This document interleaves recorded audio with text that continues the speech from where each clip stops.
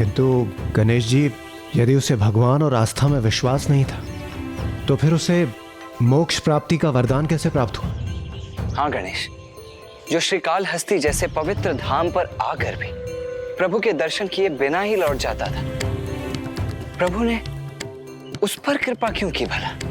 क्योंकि जिसे महादेव में अनास्था थी, वो प्रभु महादेव में ही आस्था के कारण स्वयं अपना नेत्र न्योछावर कर कनप्पा जो बनने जा रहा था।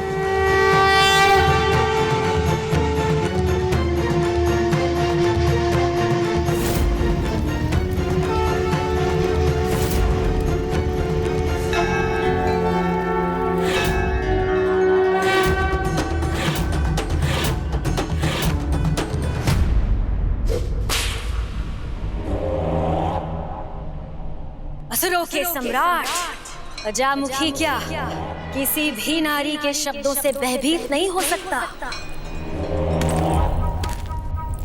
अपनी सेना में वृद्धि करो और उस भय पर विजय पाओ, इससे पहले कि वो तुम्हें पराजित कर दे।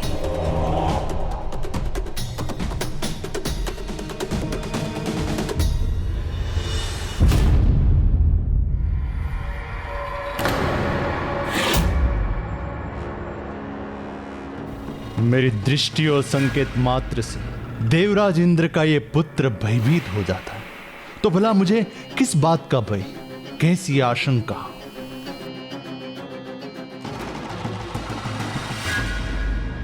असुर जाति के परम उद्धारक, 1000 ब्रह्मांडों के विजेता, दुर्बल देवताओं को पराजय के मुख में धकेलने वाले, मूर्ख इंद्र को दूर दूसरत करने वाले, तुच्छ इंद्र को यहाँ वहाँ भटकने पर विवश करने वाले, भयभीत इंद्र को अपना सेवक बनाने वाले, हे महान असुर सम्राट,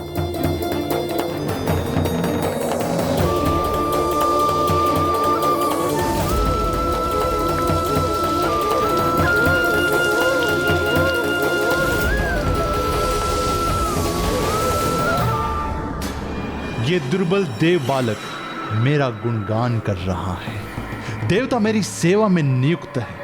वायुदेव, अग्निदेव, वरुण देव मेरी आज्ञा का पालन कर रहे हैं। इस तुच्छ सेवक की सेवा स्वीकार कीजिए महाराज।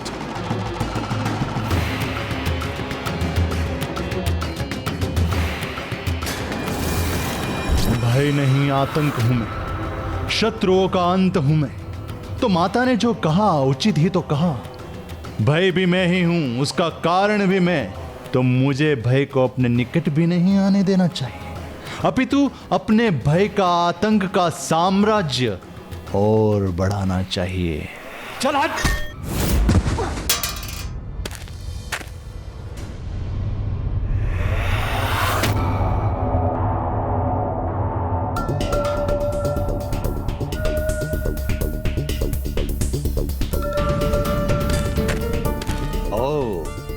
ब्रह्मदेव, आपको यहां आपके मित्रों की सहायता के लिए नहीं बुलाया गया है। जिस कार्य के लिए बुलाया गया है उसको शीघ्र पूर्ण कीजिए।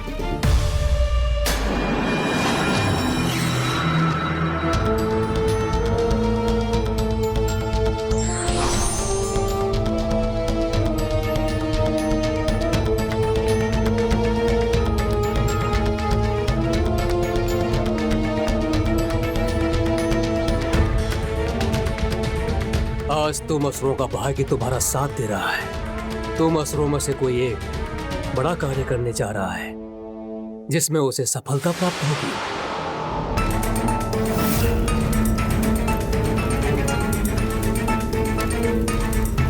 देव ऋषि का यज्ञ समाप्ति की ओर है, तो अब हमारा कार्य आरंभ होगा।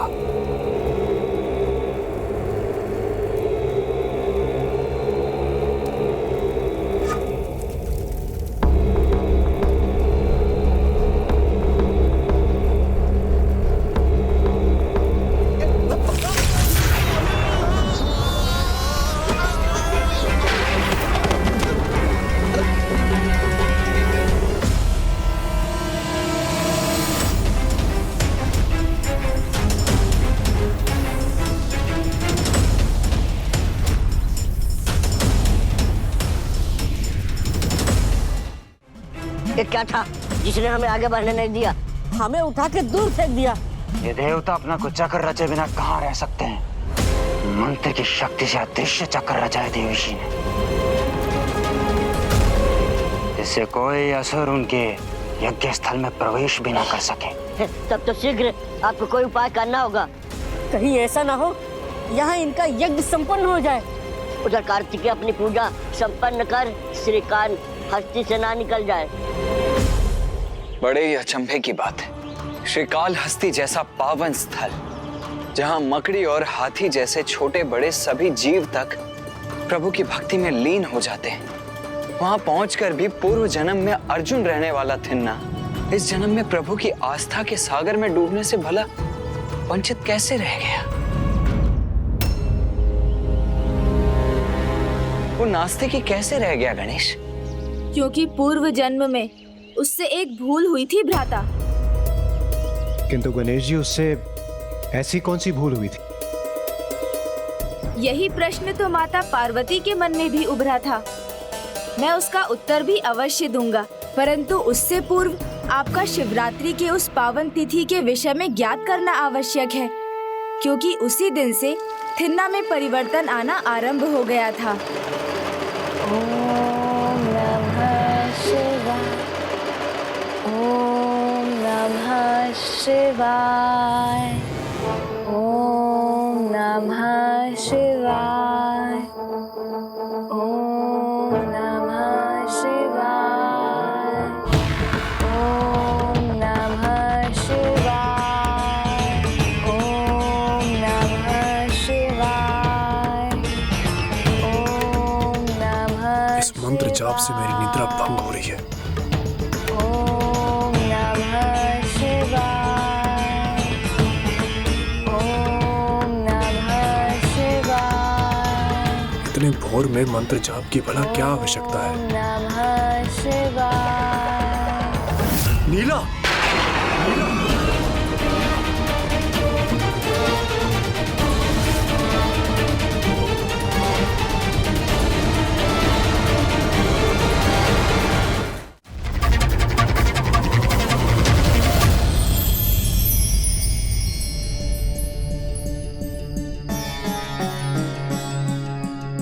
क्या हुआ?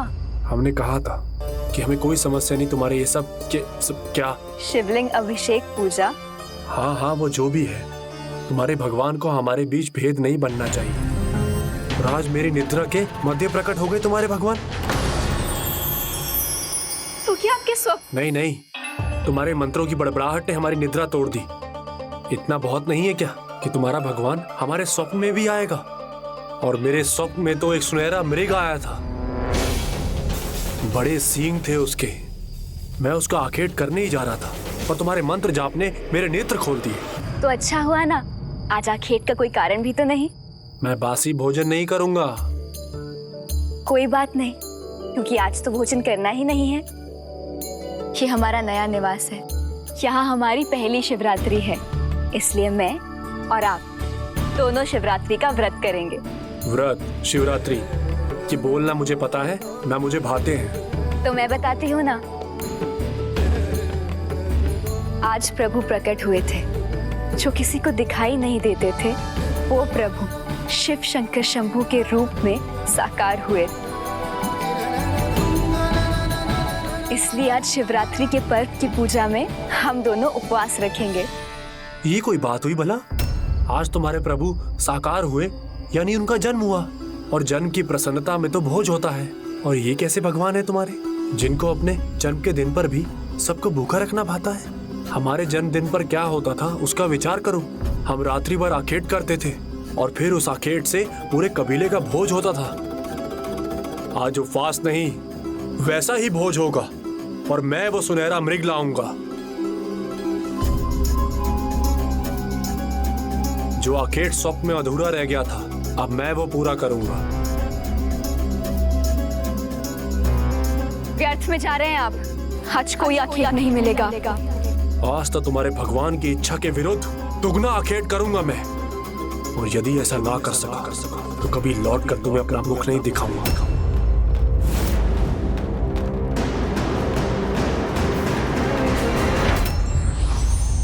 जो स्त्री पुरुष अपनी व्यक्तिगत मान्यताओं, रुचियों और विचारधाराओं को परे रखकर एक दूसरे की भावनाओं का सम्मान करते हैं, उनका दाम्पत्य सदैव सफल होता है।